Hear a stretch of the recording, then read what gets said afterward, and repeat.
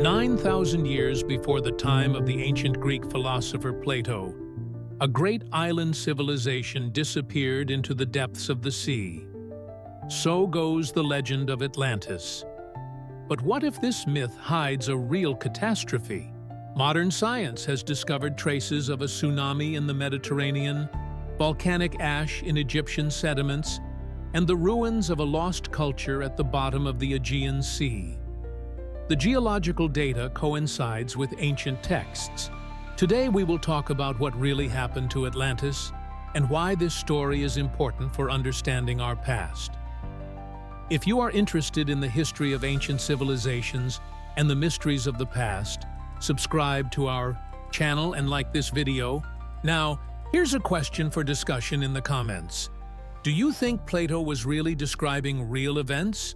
Or was his story about Atlantis entirely philosophical fiction? Share your opinion. In the 4th century BC, the Greek philosopher Plato wrote 2 dialogues that defined one of the most mysterious topics in human history for millennia. In his works entitled Timaeus and Critias, he first told the world about Atlantis, a powerful island nation that disappeared into the depths of the sea in a single day. But where did Plato himself learn this story? Was it a figment of his philosophical imagination, a literary device to illustrate ideas about the ideal state? Or was there something more behind this story? According to Plato himself, the story of Atlantis did not come from his own reflections. The philosopher claimed that this information was passed on to him by his relative Cretias the Younger, who, in turn, heard it from his grandfather, also named Cretias. The latter learned this story from the great Athenian lawgiver and poet Solon, who lived about 200 years before Plato.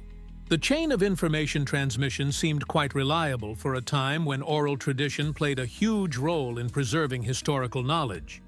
But the most interesting thing is that Solon himself, according to Plato, did not invent this story. Around 590 BC, Solon visited Egypt, the oldest civilization of that time, where he met with priests in the city of Sais, located in the Nile Delta. It was the Egyptian priests, keepers of millennia of knowledge and sacred texts, who told the Greek sage about the existence in the distant past of a great power that opposed the ancestors of the Greeks and was eventually swallowed up by the sea as a result of a terrible catastrophe. Why did Solon decide that these priests could be trusted? Egypt at that time had a written history dating back several millennia. The temples housed papyri with records of events dating back many centuries. The priestly caste of Egypt was renowned for its scholarship and knowledge of astronomy, mathematics, and history. For the Greeks, whose written culture was relatively young, the Egyptians were seen as bearers of ancient wisdom. Solon, being an educated man of his time, had every reason to take their stories seriously. Plato repeatedly emphasizes in his dialogues that the story of Atlantis is not fiction, but a true legend. He puts into the mouth of Critias the phrase that this story, though strange, is completely reliable. Why did the philosopher insist so much on the truthfulness of the story? Perhaps he really believed in the reality of what he wrote about, or maybe he wanted to give more weight to his philosophical ideas by showing that even the great civilizations of the past perished when they strayed from the principles of justice and moderation. Modern researchers have different opinions about the authenticity of this chain of information transmission. Some believe that Plato really based his story on some real legends that came to him through Solon. Others believe that the philosopher used Solon's name to give his literary work more authority. Still others suggest that the story may have been based on a distorted memory of real historical events that took place long before Plato's time. It is important to understand that in Plato's time, there was no clear distinction between historical narrative and philosophical fiction as we understand it today. Ancient philosophers and writers often used historical or pseudo-historical plots to illustrate their ideas. However, this does not mean that they necessarily made everything up. Often, such stories were based on real traditions, legends, or distorted memories of actual events. Plato's reference to Egyptian priests as the primary source of information is particularly intriguing. Egyptian civilization was indeed much older than Greek civilization. By the time of Solon, the Egyptian state had already existed for more than 2,500 years. During this time, a huge array of written documents had accumulated there, including chronicles of the pharaohs, religious texts, and administrative records. It is quite possible that these archives contained information about catastrophic events that occurred in the Mediterranean in even more distant times. But what exactly could the Egyptian priests tell Solon? According to Plato, they spoke of a war between the ancient Athenians and the Atlanteans that took place 9,000 years before their conversation. They described a powerful island empire located beyond the Pillars of Hercules, that is, beyond the Strait of Gibraltar. They claimed that this power threatened the entire Mediterranean, but was defeated by the ancestors of the Greeks. Then, as a result of a terrible earthquake and flood, Atlantis disappeared into the depths of the ocean in a single day. Could Egyptian priests really have possessed such ancient knowledge? Or did they pass on to Solon a mythologized version of some later events? Or perhaps Solon himself misunderstood their story, not knowing all the subtleties of the Egyptian calendar system? These questions remain open to this day. However, the very existence of the Egyptian trace in the history of Atlantis gives us a key to understanding where to look for the real basis of the legend. Egyptian priests occupied a special place in the ancient world. They were not only servants of the gods, but also keepers of knowledge, scientists, doctors, astronomers, and historians of their civilization. The priestly caste passed on their knowledge from generation to generation, carefully recording important events on papyrus and carving them on the walls of temples. When Solon arrived in Say, he encountered the bearers of a tradition that went back thousands of years. The city of Sais was one of the oldest religious centers in Egypt. It was home to the temple of the goddess Neith, whom the Egyptians revered as the creator of the world and mother of all gods. This temple was famous for its library and the erudition of its priests.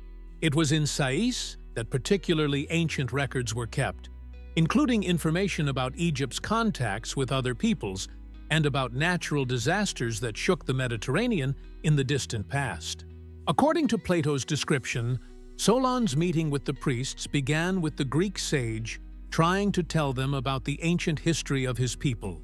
He told them about the flood in the time of Deucalion, about the first people and heroes of Greece.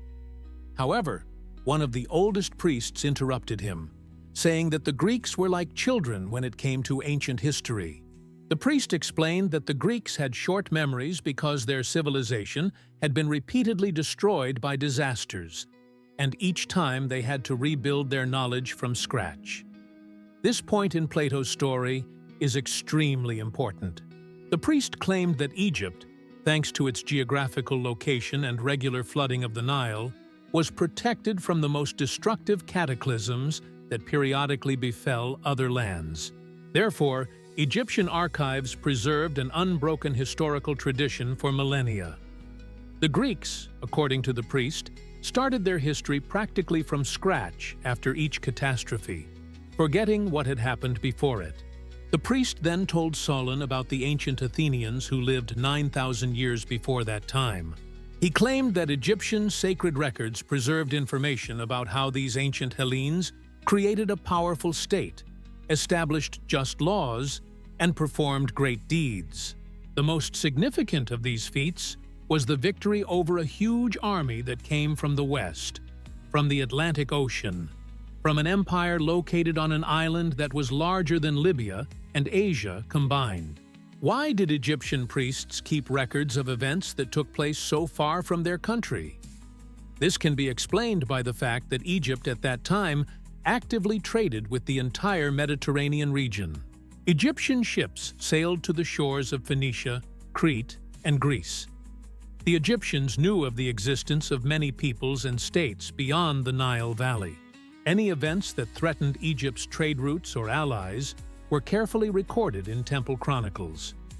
In addition, the Egyptians witnessed or received information about various natural disasters in the Mediterranean region. Volcanic eruptions, earthquakes, and tsunamis could all reach the shores of Egypt or affect its trading partners. Priests kept detailed records of such events, linking them to astronomical observations, which allowed them to date the events with a high degree of accuracy. Have any Egyptian papyri survived to this day that could confirm the priest's story to Solon?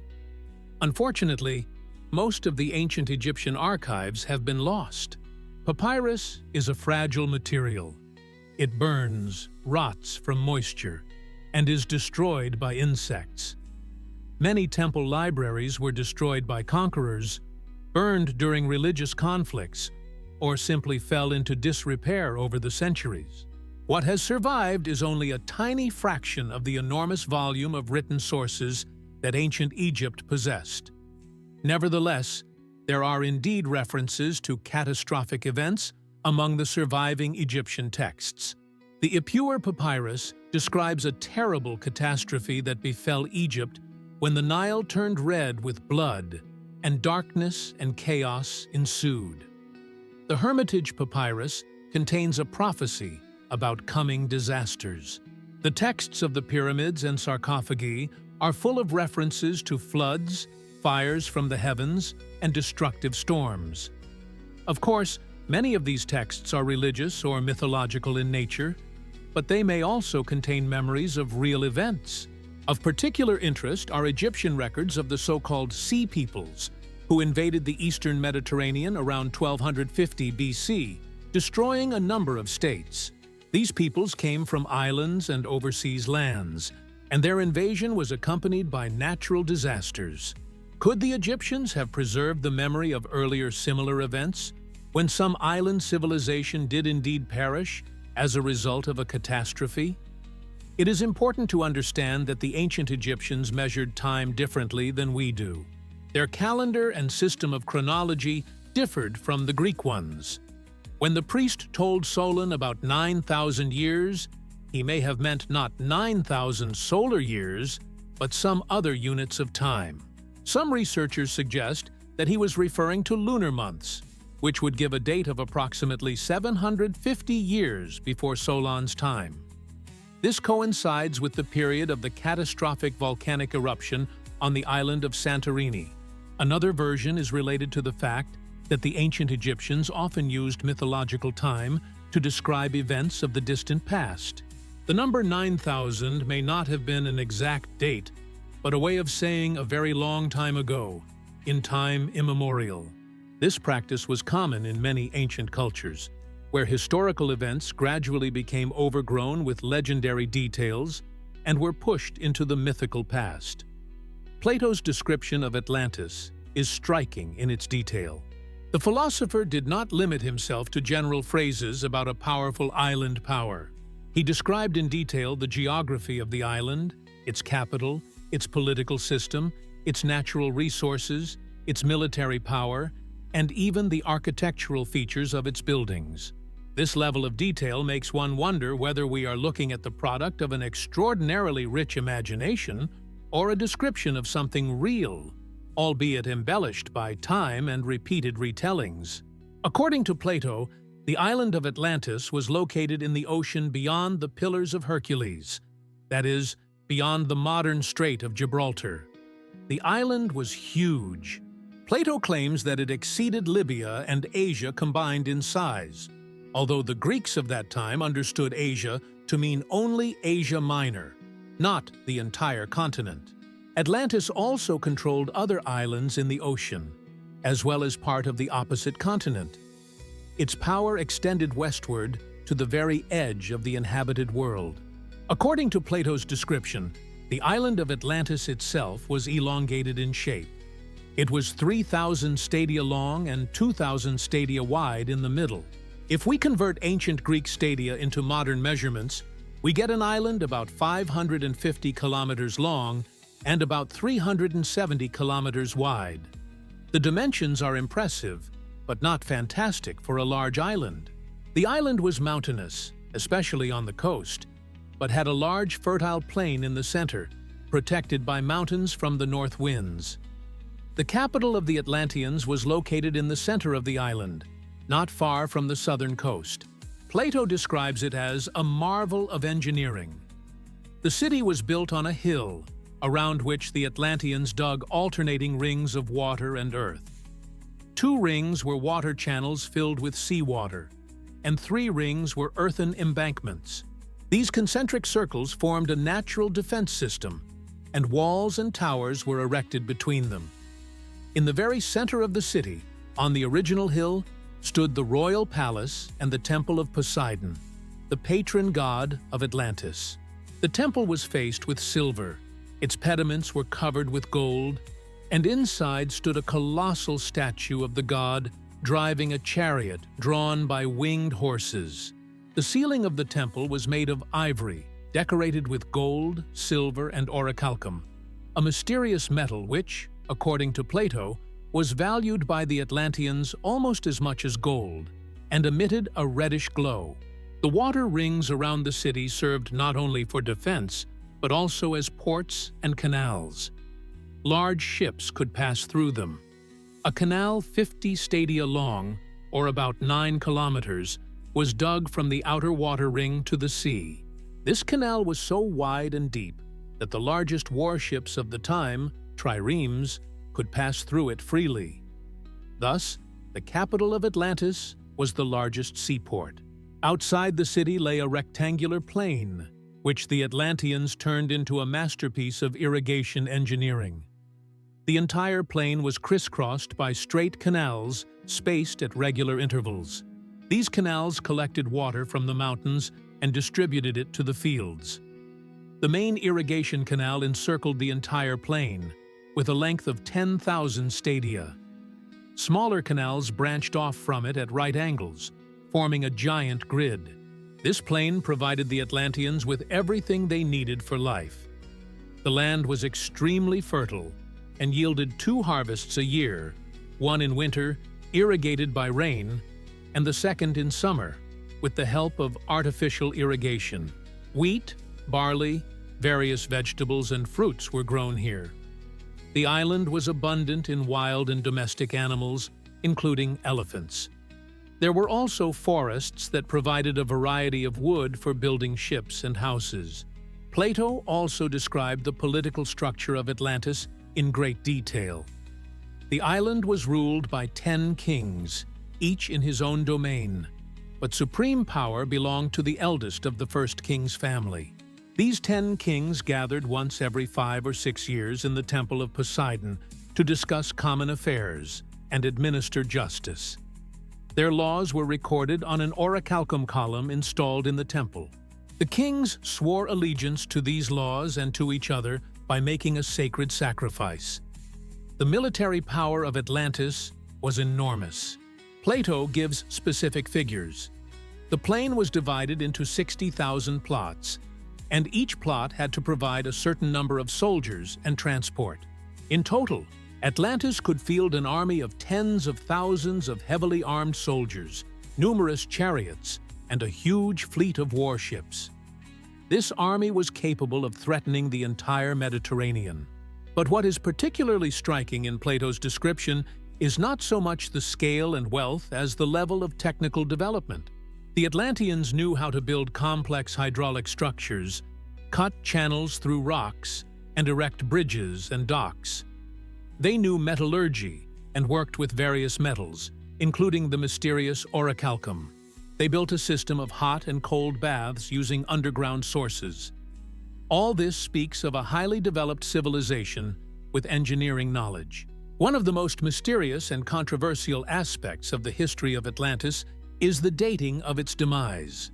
Plato clearly indicates the time frame, putting into the mouth of an Egyptian priest the words that the catastrophe occurred 9,000 years before his conversation with Solon. Considering that Solon visited Egypt around 590 BC, It turns out that Atlantis perished around 9600 BC. This date takes us back to the Mesolithic period, when humanity was just beginning its transition from hunting and gathering to agriculture. But how realistic is this dating? About 9,500 years ago, significant climatic changes did indeed take place on Earth. The Ice Age was ending, huge glaciers were melting, and the level of the world's oceans was rising, flooding coastal areas. Some researchers believe that memories of these global changes may have been preserved in the myths of different peoples, including the story of Atlantis.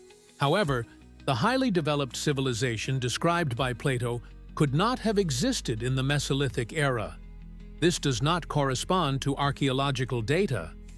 The problem of chronology has been the subject of much debate among researchers. Some suggest that there was an error in the translation or transmission of information.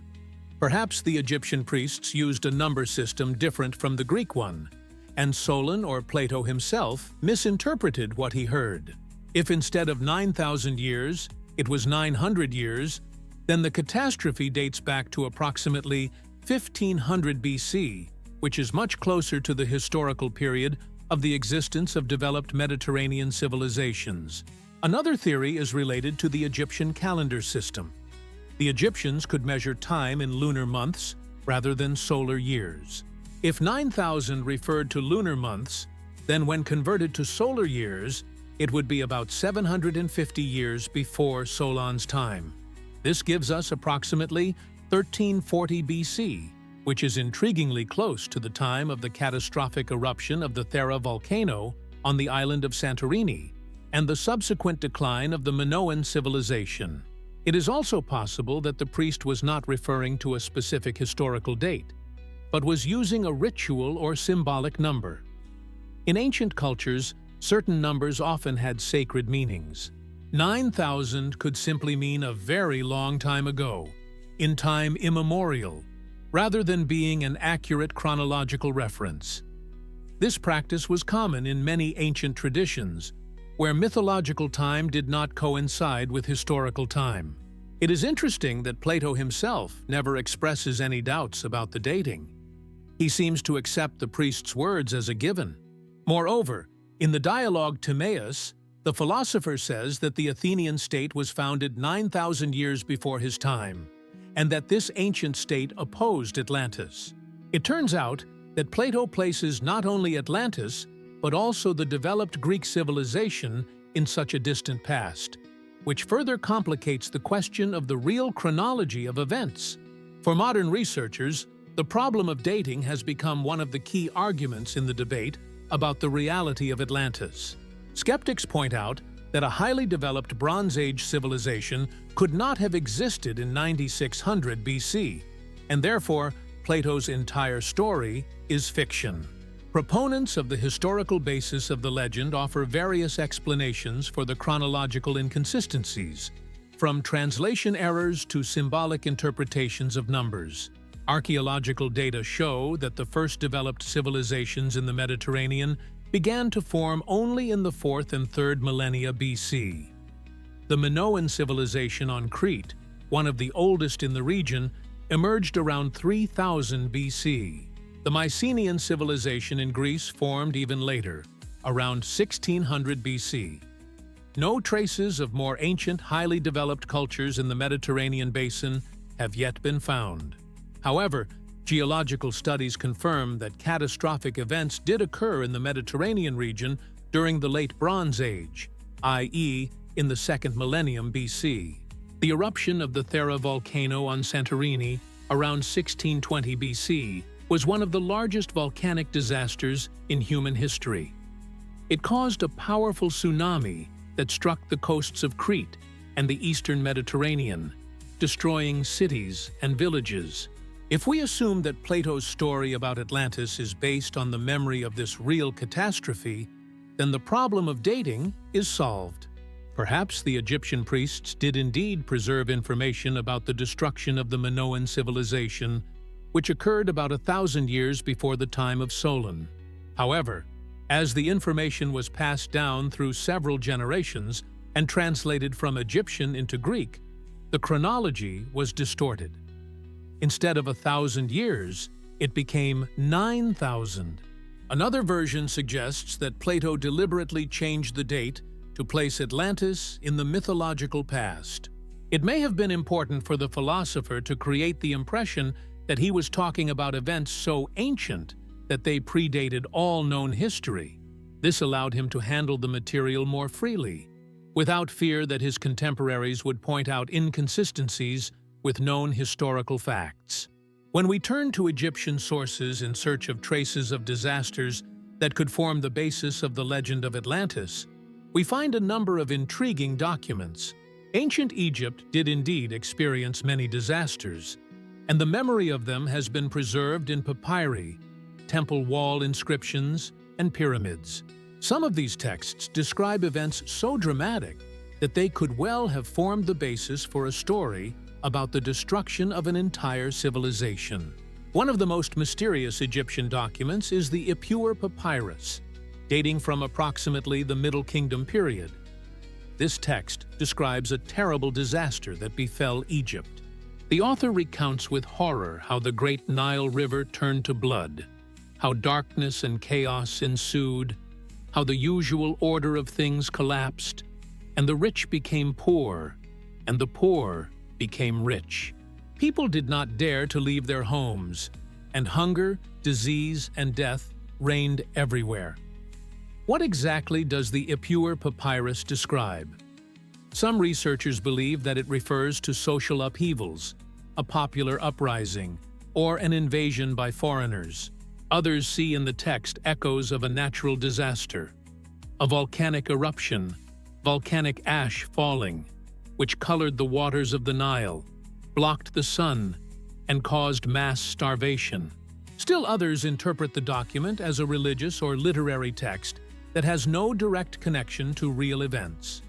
But regardless of the interpretation, the papyrus testifies that the Egyptians remembered and recorded disasters.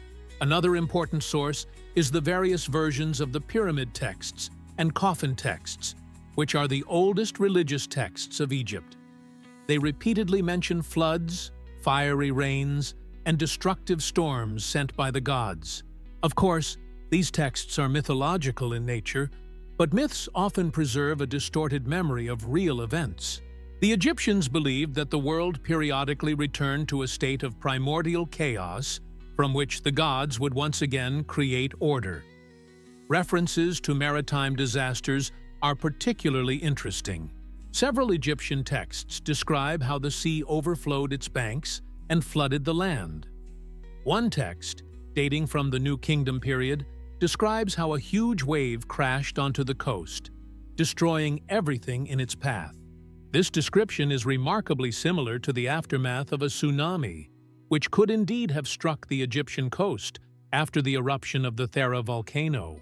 Egyptian chronicles from the time of Pharaoh Ramses III contain references to the so-called Sea Peoples, a group of tribes or peoples who suddenly appeared in the eastern Mediterranean around 1250 BC. These peoples came from islands and overseas lands, and their invasion was accompanied by the destruction of many states. Egypt barely repelled their attack. The texts emphasize that these peoples were forced to leave their lands due to some kind of cataclysm. Could the Sea Peoples have been refugees from areas affected by the eruption of Thera? Although the eruption itself occurred earlier, about 200 years earlier, its consequences could have been long-lasting. The destruction of the Minoan civilization on Crete, the decline of cities on the coast of Asia Minor, and the Aegean Islands could have led to mass migrations of the population, which generations later manifested themselves as an invasion of the Sea Peoples. Egyptian sources also contain direct references to Crete, which the Egyptians called Keftiu. The walls of tombs depict ambassadors from Keftiu bringing gifts to the pharaoh. These images date back to the New Kingdom period, before the disaster on Santorini. After the eruption of Thera, references to Keftiu in Egyptian sources sharply decrease, which may indicate the decline of the Minoan civilization, with which Egypt had close trade ties. It is also worth paying attention to the Hermitage Papyrus, which contains a prophecy about coming disasters.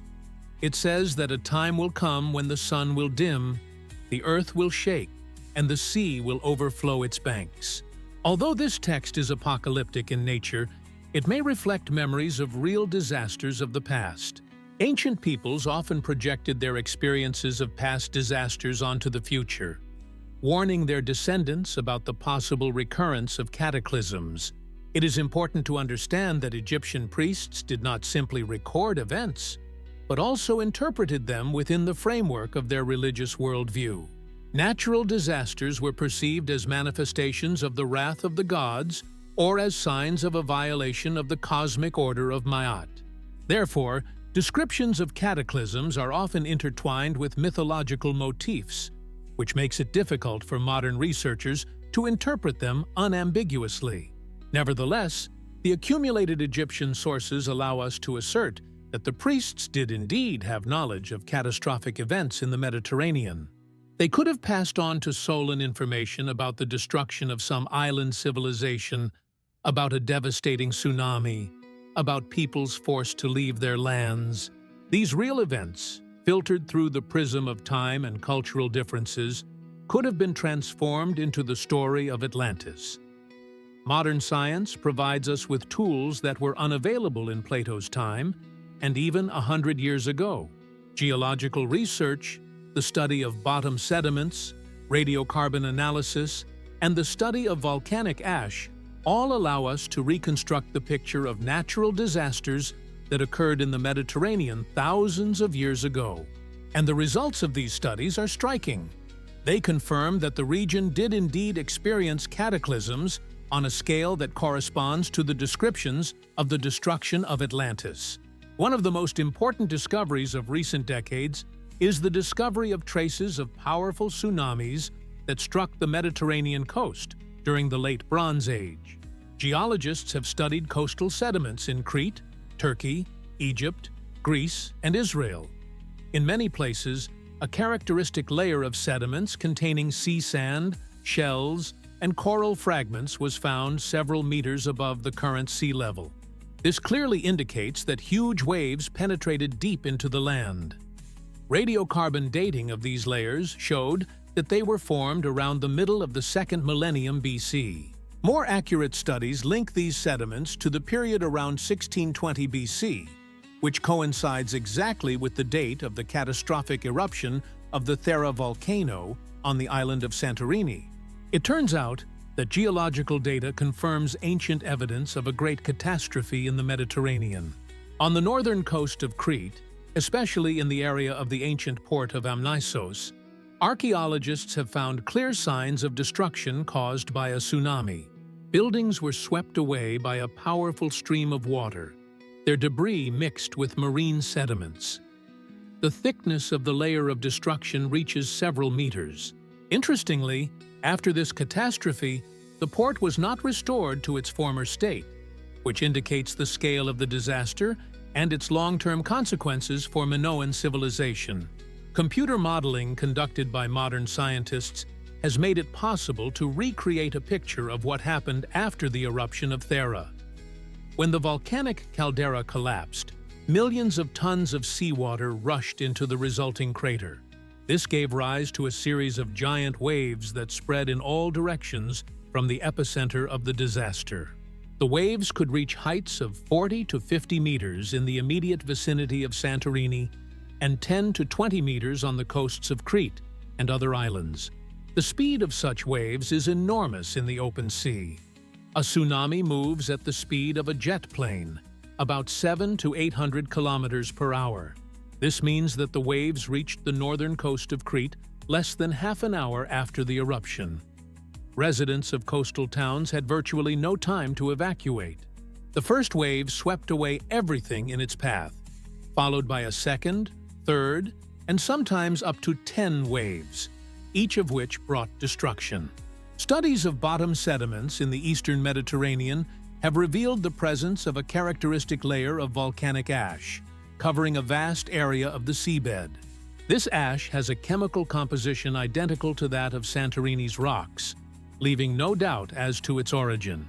The thickness of the ash layer decreases with distance from the source of the eruption, but even at a distance of several hundred kilometers, it is several centimeters thick, which indicates the enormous power of the eruption. On Crete itself, archaeologists have found a layer of volcanic ash on many Minoan monuments. Particularly significant are the findings in Crete on Santorini itself, where the city was buried under a layer of ash several meters thick, similar to Pompeii. Thanks to this, entire buildings with frescoes, furniture, and ceramics have been preserved. This gives us a unique opportunity to see what a highly developed Bronze Age civilization looked like immediately before the catastrophe. Interestingly, no human remains were found in Crete, and there were practically no valuables. This suggests that the inhabitants managed to evacuate, taking only the most necessary items with them. The eruption was probably preceded by warning signs such as earthquakes, underground rumblings, and gas emissions. The Minoans, being experienced sailors and observers of nature, understood the danger and left the island. But they could not foresee the scale of the disaster and did not know that their native island would actually disappear. Geological studies have also shown that the eruption of Thera was one of the largest in human history. On the volcanic activity scale, it is rated at 7 out of a possible 8 points. The volume of ejected material was about 60 cubic kilometers. For comparison, the eruption of Vesuvius, which destroyed Pompeii, was 10 times weaker. The column of ash and gases rose to a height of more than 30 kilometers, spreading over vast distances in the atmosphere. Traces of this eruption have even been found in ice cores in Greenland, where particles of volcanic ash and elevated sulfur content have been found in the corresponding time layer. This confirms that the Thera eruption had global climatic consequences. Particles and sulfur gases ejected into the stratosphere lowered the average temperature on the planet for several years, which could have led to crop failures and famine in various regions. To understand what exactly was lost as a result of the catastrophe in the middle of the second millennium BC, it is necessary to learn about the Minoan civilization, which flourished on the island of Crete and the neighboring islands of the Aegean Sea for almost 1,000 years. It was the first great civilization of Europe, ahead of its time in architecture, art, maritime trade, and perhaps even social structure. Minoan culture is named after the legendary King Minos, who, according to Greek mythology, ruled Crete and built the famous labyrinth. Archaeologists only began to uncover this civilization at the beginning of the 20th century, when British scientist Arthur Evans began excavations at Knossos. What he discovered astonished the scientific world: a palace complex of enormous size with a complex layout, multi-story buildings, and a developed water supply and sewage system. The heyday of Minoan civilization was between 2000 and 1600 BC. During this time, several large palace complexes were built on Crete: Knossos, Phaistos, Malia, and Zakros. These palaces were not just the residences of rulers, but also administrative, religious, and economic centers. Around them were cities with populations of several thousand people, which was quite large by Bronze Age standards. The Minoans were outstanding sailors and traders. Their ships plied the entire eastern Mediterranean, from Egypt to the coast of Asia Minor, from Sicily to the Levant. Minoan goods, ceramics, jewelry, textiles, weapons have been found in excavations in many countries in the region. In return, the Minoans received copper from Cyprus, tin from Anatolia, gold and ivory from Africa, and amber from the far north. What is particularly striking about Minoan civilization is its peaceful nature. Unlike most Bronze Age states, Minoan cities were not surrounded by powerful fortress walls. Palaces had no fortifications. Minoan art almost completely lacks depictions of wars and battles. Instead, there are abundant scenes of festivals, religious ceremonies, sporting events, and nature. One gets the impression that the Minoans felt safe, protected by their fleet and the sea. Minoan art demonstrates remarkable sophistication and a love of life. Famous frescoes from palaces depict acrobats jumping over bulls, elegant ladies in lush dresses, dolphins frolicking in the waves, and blooming gardens. Minoan ceramics are decorated with elegant spiral and plant patterns. Jewelry is distinguished by its filigree work. All this speaks to the high level of cultural development and prosperity of society. The Minoans developed their own writing system, known as Linear A. Unfortunately, this script has not yet been fully deciphered, which prevents us from reading Minoan texts. However, the very fact of the existence of writing testifies to a complex administrative apparatus that required record-keeping. Later, during the Mycenaean period, Linear B appeared in Crete, which was deciphered and turned out to be an early form of the Greek language. The architecture of the Minoan palaces demonstrates outstanding engineering achievements. The multi-story buildings had a complex system of rooms, corridors, staircases, and light wells. The palace at Knossos covered an area of more than 20,000 square meters and included several hundred rooms for various purposes: ceremonial halls, living quarters, workshops, warehouses, and shrines. The walls were decorated with bright frescoes. The floors were paved with slabs, and the columns were painted red. The Minoans paid special attention to water supply and sanitation. Clay pipes were laid in the palaces to supply water from mountain springs. There was a sewage system to drain wastewater. In some rooms, real bathrooms with terracotta bathtubs were discovered. This was a level of comfort that reappeared in Europe only in modern times, more than 3,000 years later. The religion of the Minoans remains a mystery, as written sources have not been deciphered.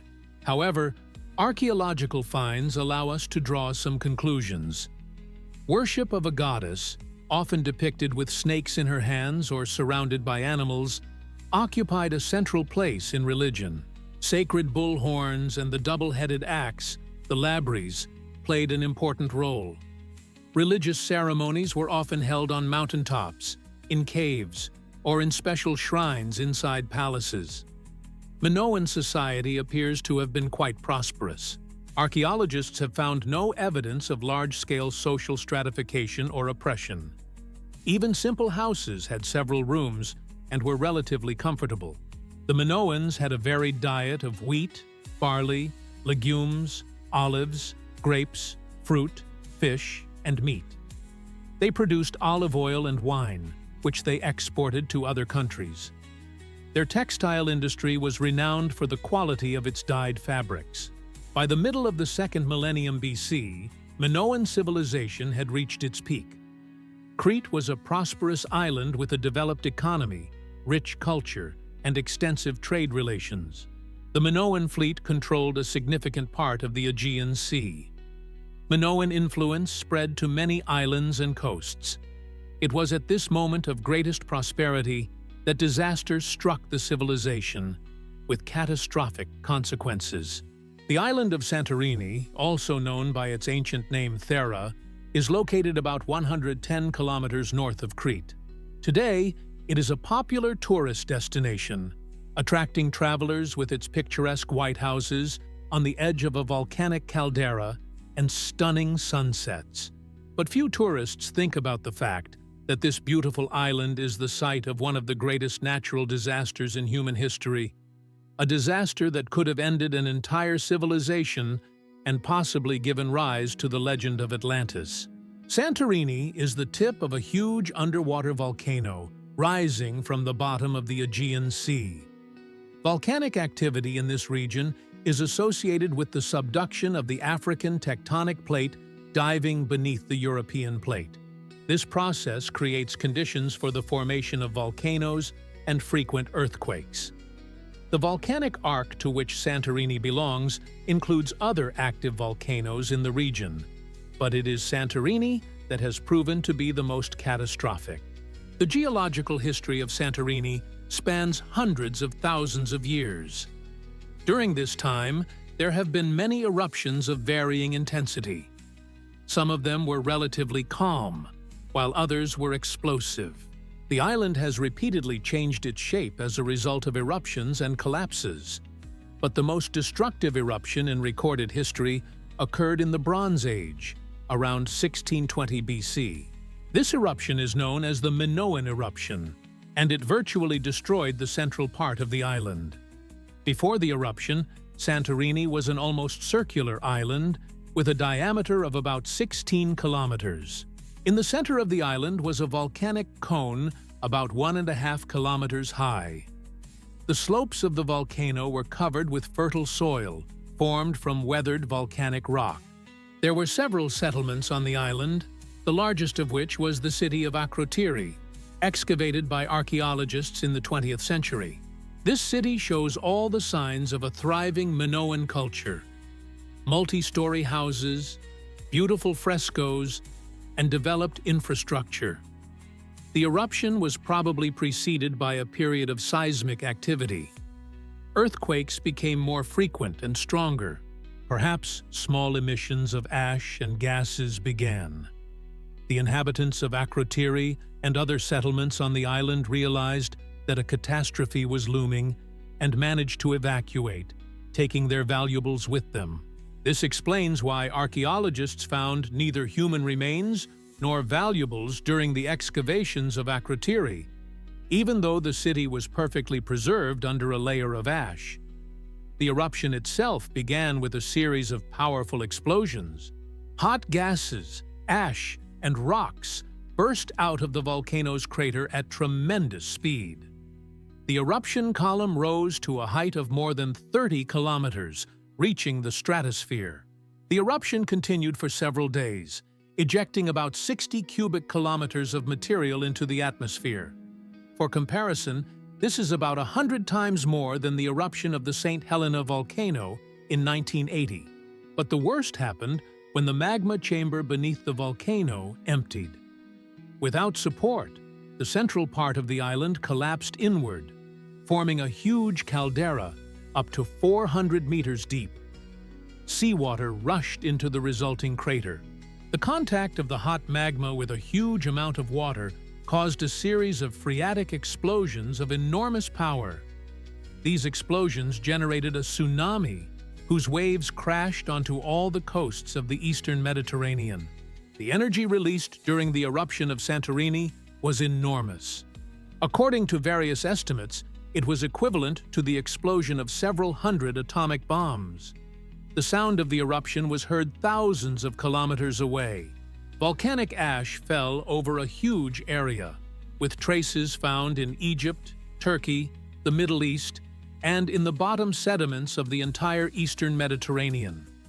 The sky over the region darkened for several days or weeks from ash and gases.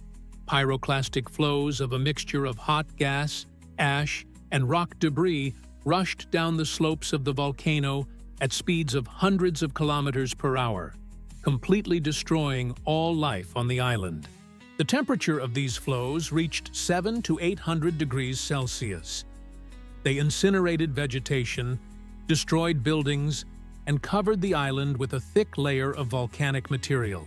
What was not destroyed by pyroclastic flows was buried by ash, the thickness of which reached tens of meters. After the eruption, only crescent-shaped fragments of the former round island remained. The modern islands of Thera, Therasia, and Aspronesi surrounding the flooded caldera. The central part of the island, with an area of about 83 square kilometers, simply disappeared, collapsing into the sea. This event is reminiscent of Plato's description of how Atlantis sank into the abyss in a single day. Of course, the whole process took not a day, but several days. But for ancient observers, the difference was insignificant. The island disappeared.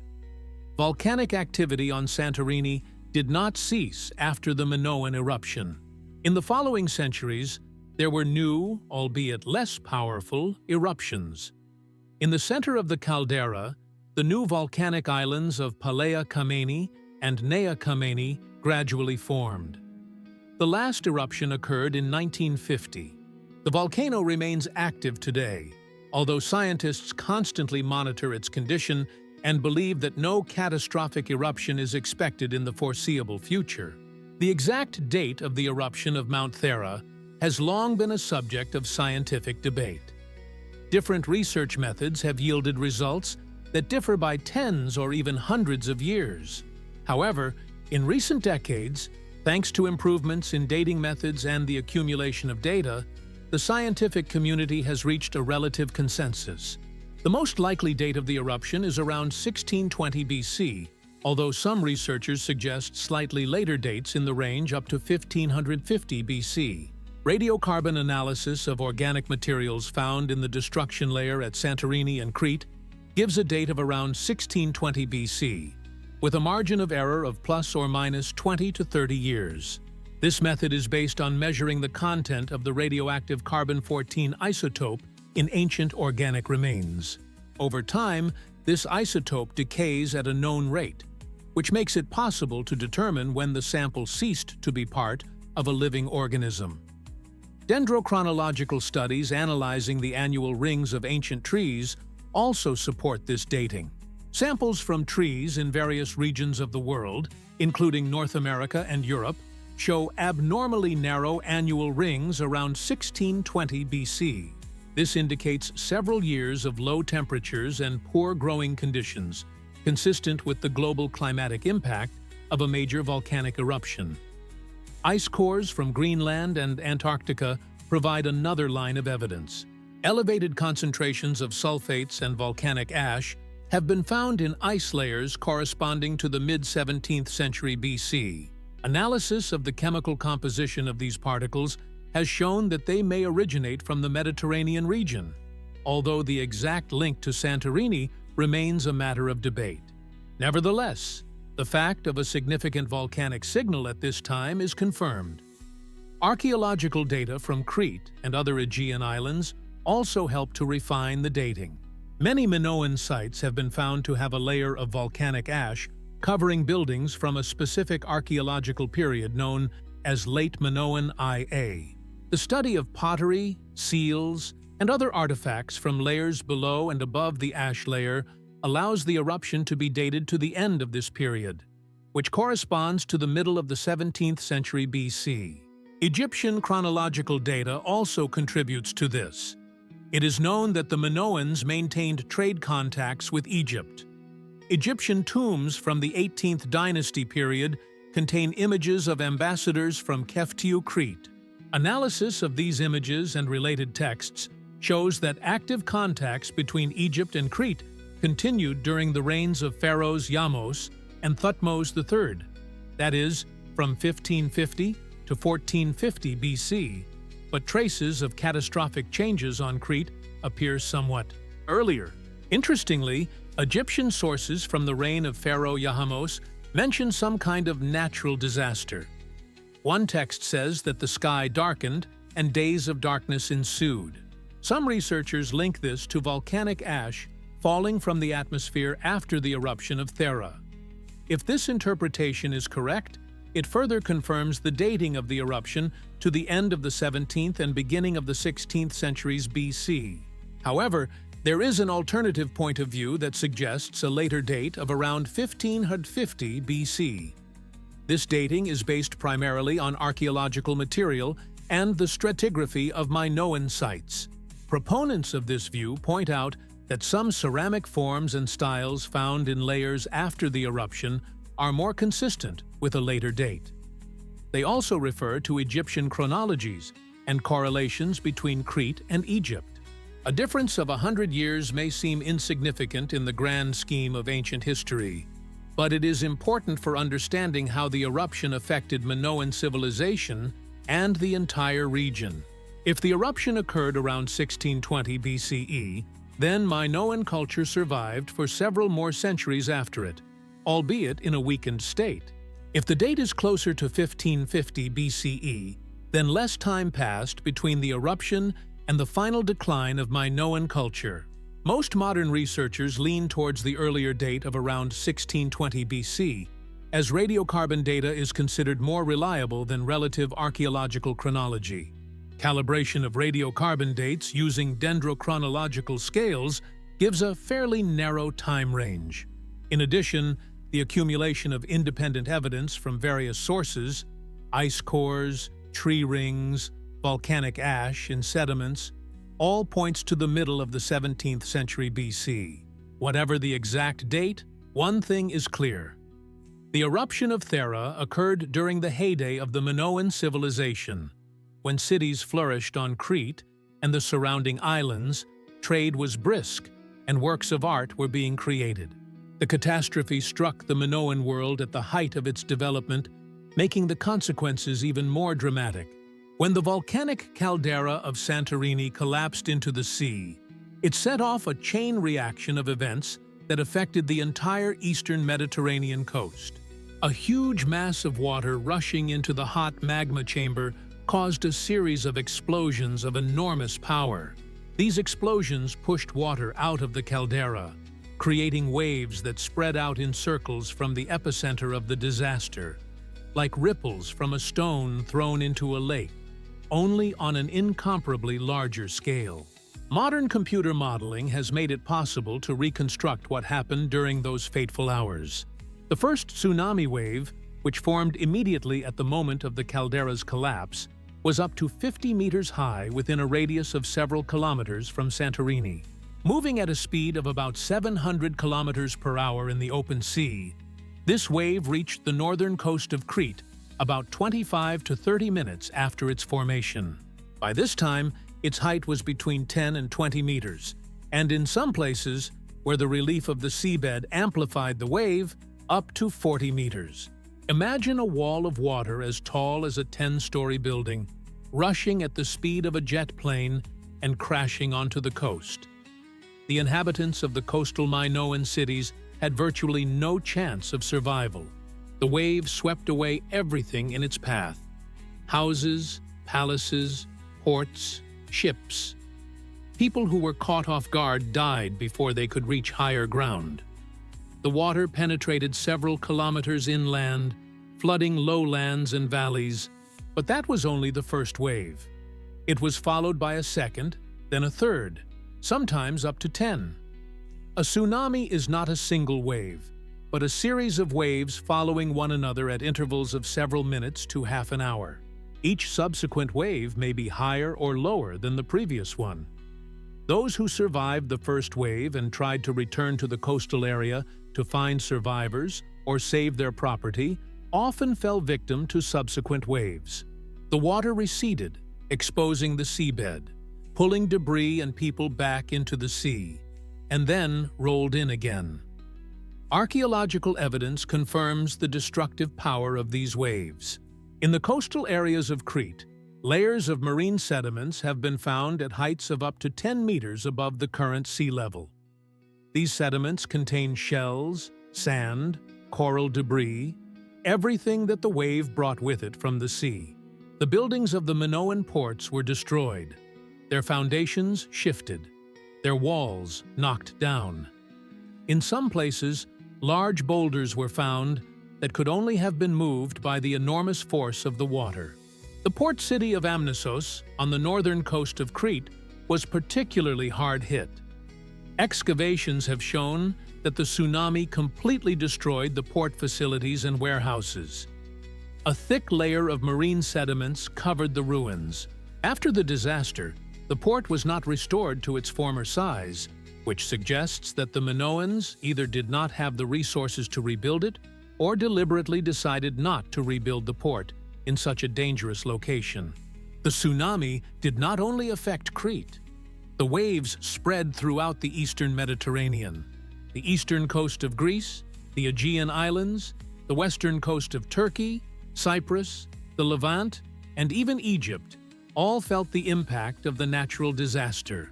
Of course, the height of the waves decreased with distance from the epicenter, but even on distant coasts, the tsunami could reach several meters, which was enough to destroy coastal settlements. In Egypt, on the northern coast of the Nile Delta, Archaeologists have found traces of sudden flooding in layers dating back to the middle of the 2nd millennium BC. Although a direct link between these findings and the eruption of Thera requires further evidence, the temporal coincidence is thought-provoking. Perhaps it was the memory of such a flood that was preserved in the Egyptian archives, as recounted by the priests to Solon. In addition to the direct destruction caused by the waves, the tsunami also had secondary consequences. The salt water that flooded the coastal lowlands rendered the soil unsuitable for agriculture for many years. Fields that had previously yielded rich harvests turned into salt marshes. Wells and fresh water sources were salinated. This led to famine and the need to leave the coastal areas. The Minoan fleet, their main strength and pride, was destroyed or seriously damaged. Ships moored in ports were smashed by the waves. Those ships that were on the open sea during the disaster were able to survive the tsunami in deep water, where the wave was hardly felt, but when they returned to shore, they found destroyed ports and ruined cities. Trade routes were disrupted, and maritime trade, the basis of the Minoan economy, declined. The psychological effect of the disaster was perhaps no less devastating than the physical one. The Minoans were a seafaring people. They relied on the sea as a source of prosperity and protection. The sudden betrayal of the sea, which had crashed down on them with giant waves, must have shaken the foundations of their worldview. Their faith in the protection of the gods was shaken. Perhaps it was after this that the Minoans began to build fortifications in their cities, something they had not done before. It is difficult to estimate the total number of victims of the disaster, as no written sources have survived. But considering that the coastal areas of Crete and the surrounding islands were densely populated and there was no tsunami warning, tens of thousands of people could have died. It was a demographic catastrophe from which Minoan civilization never fully recovered. Minoan civilization did not disappear overnight after the eruption of Thera. The disaster did not destroy the entire population of Crete, and many inland areas of the island, protected from the tsunami by mountains, survived the disaster relatively unscathed. Palace complexes in the central parts of the island, such as Knossos and Phaistos, initially withstood the disaster, but the eruption set off a chain of events that over the following decades and centuries led to the decline of Minoan culture and, ultimately, to its disappearance as an independent civilization. The most obvious consequence was the destruction of coastal infrastructure. Ports, shipyards, warehouses, and trading posts were all destroyed by the tsunami. The Minoan economy was based on maritime trade. The loss of the fleet and port facilities dealt a devastating blow to the island power's prosperity. Trade links with Egypt, the Levant, and Asia Minor were severed. The influx of goods and resources from outside the island declined sharply. Volcanic ash fall also had serious consequences for agriculture. Although volcanic ash can fertilize the soil in the long term, in the short term, it is deadly for plants. The thick layer of ash that covered the eastern regions of Crete destroyed crops and killed vineyards and olive groves. Famine was an inevitable consequence. Food reserves stored in the palace storerooms helped to survive the first year. But then, the situation got worse. The salinization of coastal lands by seawater rendered large areas unsuitable for agriculture. It took many years to restore soil fertility. The Minoans faced a food crisis that undermined the social stability and economic power of their civilization. Archaeological data show that after the middle of the 17th century BC, many Minoan settlements on Crete were abandoned or significantly reduced in size. The eastern and northern parts of the island, closest to Santorini, were particularly affected. Some cities were never rebuilt. The population migrated to inland areas or left the island altogether. The palaces that survived the disaster were rebuilt in the following decades. Archaeologists identify a period known as Late Minoan IB when the restoration took place. However, the nature of the buildings changed. Fortifications appeared, which had not been there before. This suggests that the Minoans no longer felt safe. Perhaps the weakening of Crete attracted the attention of external enemies or caused internal conflicts. About a century after the eruption of Thera, around 1450 BC, the Minoan palaces were destroyed again. This time, the destruction was not due to a natural disaster, but to human factors. Many researchers believe that Crete was conquered by the Mycenaeans, a Greek people from the mainland. The Mycenaeans took advantage of the weakening of Minoan civilization after the volcanic disaster. When we compare Plato's description of Atlantis with what we know about Minoan civilization and its demise, striking parallels emerge. Of course, not all the details match perfectly, but the similarities are so numerous that many researchers consider Minoan Crete and Santorini to be the most likely prototypes of the legendary Atlantis. Plato describes Atlantis as a powerful maritime power that controlled trade routes and possessed a powerful fleet. Minoan Crete was exactly that. The Minoans dominated the Aegean Sea, and their ships reached all corners of the Mediterranean. Their influence extended to many islands and coastal areas, just as Plato wrote about the Atlanteans. The description of the capital of Atlantis with concentric rings of water and land remained a mystery for a long time. However, the shape of Santorini after the eruption, with its circular caldera and remaining arc-shaped areas of land, resembles this structure. Before the eruption, Santorini was a round island with a central volcano. Perhaps the Minoans really did create some kind of water structures using the natural features of the terrain. Plato mentions that Atlantis was rich in various metals, including the mysterious orichalcum. The Minoans were indeed skilled metallurgists who worked with bronze, gold, and silver.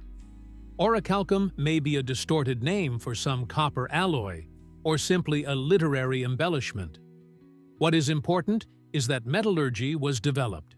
The description of Atlantis's architecture, multi-story buildings, complex layouts, frescoes, water supply systems, all finds parallels in Minoan palaces. Excavations have shown that the Minoans built 3 to 4-story buildings, decorated them with bright paintings, and created water pipes and sewers. Despite the persuasiveness of the theory of Minoan Crete as the prototype of Atlantis, there are other hypotheses. Over centuries of searching, more than 50 different locations for the legendary island have been proposed, from Antarctica to Scandinavia, from America to the Black Sea. Let's consider the most serious alternative theories. One popular hypothesis places Atlantis beyond the Strait of Gibraltar in the Atlantic Ocean, as Plato directly indicated. Proponents of this version are looking for traces of a sunken island or archipelago at the bottom of the ocean. However, geological studies do not confirm the existence of a large island in this region in historical times. The ocean floor here has been stable for millions of years.